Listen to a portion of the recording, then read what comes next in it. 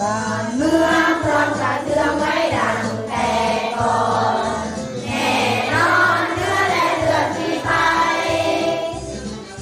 เพราะฉะนั้นเราควรยินดีมีความภูมิใจและดึงถิ่นไทยรวบรวมไว้ได้แสนจะอยากเห็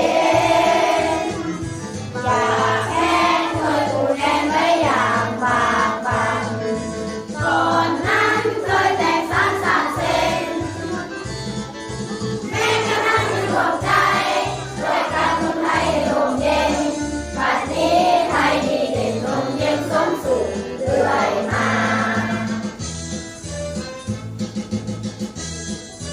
อยู่กินบนแผ่นดินท้องถิ่นกว้างใหญ่ชาติไทยนั้นเคยใหญ่บุรพา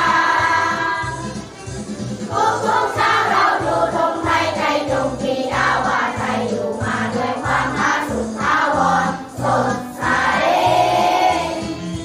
วันนี้ไทยเจริญวิสุทธิ์ผุดผ่องที่น้ำลงแผ่พร้อมชาติไทย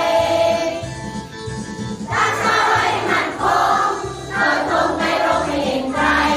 ชาติเชื้อเรายิ่งใหญ่ชาติไทยบ้านเกิดเมืองนอน